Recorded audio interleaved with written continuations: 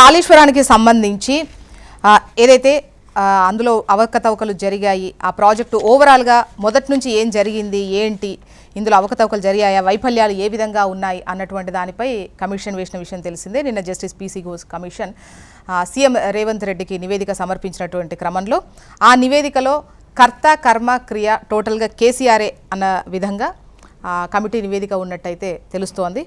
So ఖచ్చితంగా ఇప్పుడు cabinet భేటీ కూడా ఉండబోతోంది. దీనిపై చర్చించి తదుపరి ఎటువంటి చర్యలు తీసుకుంటారు అనేది చూడాలి. అండ్ మరోవైపు ఈ కాళేశ్వరం కమిటీలకు సంబంధించి మరో కమిటీ కూడా వేయబోతున్నారు. దీంతో 6కు చేరిన కమిటీల సంఖ్య.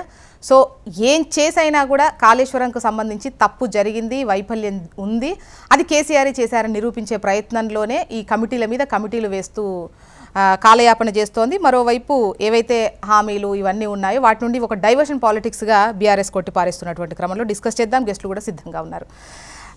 దేవి ప్రసాద్ గారు, వీరు బీఆర్ఎస్ సీనియర్ నాయకులు. తాడూరి శ్రీనివాస్ గారు, వీరు బీజేపీ సీనియర్ నాయకులు. ఇందిరా శోభన్ గారు, వీరు కాంగ్రెస్ సీనియర్ నాయకురాలు. నమస్తే అండి, welcome to the debate.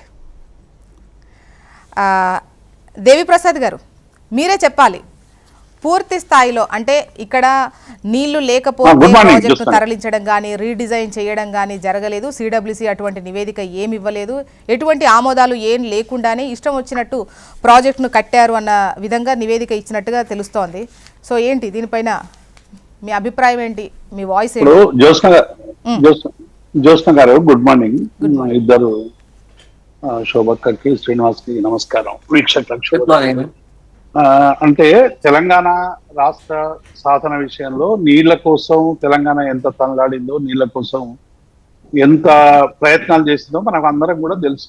Telangana రాష్ట్రం వచ్చిన తర్వాత నీటిని సమర్థవంతంగా వినియోగించుకోవాలనేటువంటి తపనతో ఆనాడు ఉన్నటువంటి మా ప్రభుత్వం అనేక రకాల ప్రయత్నాలు చేసింది. అప్పటికే పాలమూరు రంగారెడ్డి ప్రాజెక్టుకు సంబంధించి కాంగ్రెస్ పార్టీ హయాంలోనే ఆ రోజు జలయజ్ఞంలో భాగంగా ప్రాజెక్టు ఇచ్చినప్పటికీ కూడా కేవలం ఒక ప్రయత్నము శాంక్షన్ చేసిండ్రు, కానీ మహారాష్ట్రతో కానీ మిగతా రాష్ట్రాలతో ఒప్పందాలు చేసుకోవడంలో కానీ పర్మిషన్లు తెచ్చుకోవడంలో కానీ పూర్తిగా విఫలమైనటువంటి నేపథ్యంలో వాటి కోసం తీవ్రమైనటువంటి ప్రయత్నం చేసి మహారాష్ట్ర ప్రభుత్వాన్ని ఒప్పించేటువంటి ప్రయత్నం చేసి, ఎందుకంటే 152 మీటర్లకు కట్టాలనుకున్నటువంటి ప్రాజెక్టు విషయంలో మహారాష్ట్ర అనేక అభ్యంతరాలను వ్యక్తం చేసినటువంటి నేపథ్యంలో ఆ రోజు ఉన్నటువంటి విద్యాసాగర్ రావు కావచ్చు, లేకుంటే ఆనాడు అక్కడ గవర్నర్ గా ఉన్నటువంటి విద్యాసాగర్ రావు, ఆ రోజు ఉన్నటువంటి మంత్రులు, వాళ్ళందరితో అనేక సందర్భాల్లో ఆనాడు ముఖ్యమంత్రి కేసీఆర్ గారు, హరీష్ రావు గారు తీవ్రమైనటువంటి చర్చలు చేసి ఒక అంగీకారానికి వచ్చి ఎట్లాగో 152 మీటర్లు ఎత్తైతే మనం అక్కడ కట్టేటువంటి అవకాశం లేదు. కాబట్టి ఆ రోజు ఆ ప్రభుత్వాలు చేసినటువంటి దాన్ని వయసు వరుసగా ప్రజలకు నీళ్ళు ఇవ్వాలనేటువంటి ఆలోచనతో ఆ రోజు 140 తగ్గించి తుమ్మడిహట్టి నుంచి మేడిగడ్డకు మార్చిన సందర్భం. అయితే ఇక్కడ వచ్చిన సమస్య ఏంటంటే సిడబ్ల్యూసీకి సంబంధించినటువంటి రిపోర్ట్ ఇవ్వలేదని మరి లీకులు వదులుతా ఉన్నారు. సిడబ్ల్యూసీకి సంబంధించినటువంటి లేఖలు గతంలోనే అనేక సందర్భాల్లో ప్రెస్ మీట్లలో కూడా మేము రిలీజ్ చేయడం జరిగింది. ఎక్కడైనా ఒక ప్రాజెక్ట్ కట్టాలంటే ఆ నదిలో వచ్చేటువంటి నీటి సంబంధించినటువంటి లభ్యత మీద 75% డిపెండబుల్ అవైలబిలిటీ, అంటే ఒక 100 టీఎంసీలు వస్తే మనం 75 టీఎంసీలకే ప్రాజెక్టులు కట్టుకునేటువంటి పద్ధతి ఏదైతే సాంకేతిక పరమైనటువంటి పద్ధతి ఉంటుందో దాన్నే పాటించడం వల్ల అక్కడ నీటి లభ్యత లేదు. కాబట్టి స్థలం మార్చమని ఆ రోజు సిడబ్ల్యూసీకి సంబంధించినటువంటి నిపుణులు దేవి ప్రసాద్ గారు, ఇప్పుడు తుమ్మిడిహెట్టి వద్ద నీటి లభ్యత లేదని కేంద్ర జల సంఘం చెప్పడం అనేది అవాస్తవం అని చెప్పేసి చెప్పారు అంటున్నారు. రిపోర్ట్ ఉంటుంది కదా, రిపోర్టు అవి ఉంటాయి కదా, అవి వాళ్ళకి కూడా దొరకనట్టుంది కదా. జ్యోత్స్న గారు, నేనేం చెప్తున్నా, ఈ వాదనలు మీ పార్టీల వాదనలు పక్కకు పెడదాం. కేంద్ర జల సంఘానికి సంబంధించినటువంటి నిపుణులు ఎవరైనా దాన్ని చెప్పి ఉంటే డెఫినెట్ గా దాన్ని మనం అంగీకరించాల్సినటువంటి అవసరం వస్తుంది. ఎందుకంటే కేంద్ర ప్రభుత్వంలో ఉన్నటువంటి ఒక సంస్థ జల సంఘానికి సంబంధించినటువంటి నిపుణులు కానీ వాయిస్ కాస్త చిన్నగా వస్తోంది. హలో హలో వాయిస్ కొంచెం చిన్నగా వస్తోంది, ఒకసారి చెప్పండి ప్లీజ్.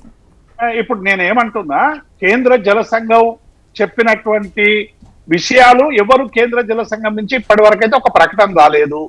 అది ఎక్కడ కూడా వాళ్ళు మేము ఈ ప్రాజెక్టుకు సంబంధించినటువంటి సైడ్ షిఫ్టింగ్ కు సంబంధించినటువంటి విషయంలో మేము ఆబ్జెక్షన్ చెప్పిన తర్వాత కూడా తెలంగాణ ప్రభుత్వం పెడచెవిన పెట్టి కట్టిందనేటువంటి విషయాన్ని ఎవరూ నిర్ధారించలేదు ఇప్పటి వరకు. ఇప్పుడు ఘోష్ కమిషన్ ఏమైనా కేంద్ర జల సంఘం వాళ్ళని పిలిచి మీరు ఇచ్చిందా లేదా అని అడిగిందా అండి? వాళ్ళు ఏంటంటే రాష్ట్ర ప్రభుత్వం పేపర్స్ ఆధారంగా ఆ నివేదికలు ఏముంది కూడా మీకు తెలియదు, నాకు తెలియదు. ఎందుకంటే ఇంకా అది పబ్లిక్ డొమైన్ రాలేదు కాబట్టి పత్రికల్లో వచ్చేటువంటి వార్తలే తప్ప ఇంకా స్పష్టంగా కమిషన్ ఏమిచ్చింది ఏమిటి అనేటువంటి విషయంలో లేదు. ఏదైనా 13 అనుమతులు కేంద్రానికి సంబంధించిన సంస్థలు కావచ్చు, విషయాలు కావచ్చు, ఇంజనీరింగ్ నివేదించిన తర్వాతనే అనుమతులు వస్తాయి. కానీ మీరు సైడ్ షిఫ్టింగ్ కేంద్రం అనుమతి లేదు అంటే 3 రాష్ట్రాలకు సంబంధించినటువంటి అంశం మీద అనుమతి లేకుండా కడితే ఆయా రాష్ట్రాలకు సంబంధించినటువంటి ప్రభుత్వాలు ఊరుకుంటాయండి.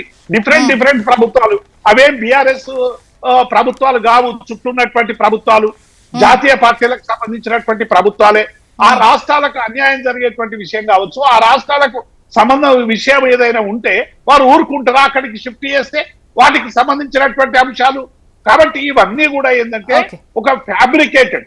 నిజంగానే కాళేశ్వరానికి సంబంధించి ఘోష్ కమిషన్ ఇవాళ ఏ నివేదిక అయితే ఇచ్చిందో ఆ నివేదికలో అనేక మంది అనేక రకాలుగా పోయి ఇప్పుడు ఎట్లయితే మనం డిబేట్లలో పాల్గొంటున్నామో నేను ఒక్కటి చెప్పి ముగిస్తా అక్క మాట్లాడని.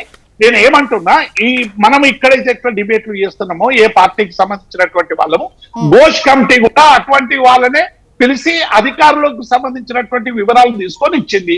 అధికారులు ఏం చెప్పిండ్రు, ఏం చేసిండ్రు, నివేదిక బయట పెట్టిన తర్వాత వాటి మీద మనం చర్చించవచ్చు. రెండవది కూడా నేనేమంటున్నా, దేనికైనా కూడా ఒక ఆధారం లేకుండా, స్పష్టత లేకుండా ఇంత పెద్ద ప్రాజెక్టులు కట్టేటువంటి అవకాశమే లేదనేటువంటి విషయాన్ని గుర్తుంచుకోవాలని నేను కోరుతా ఉన్నాను.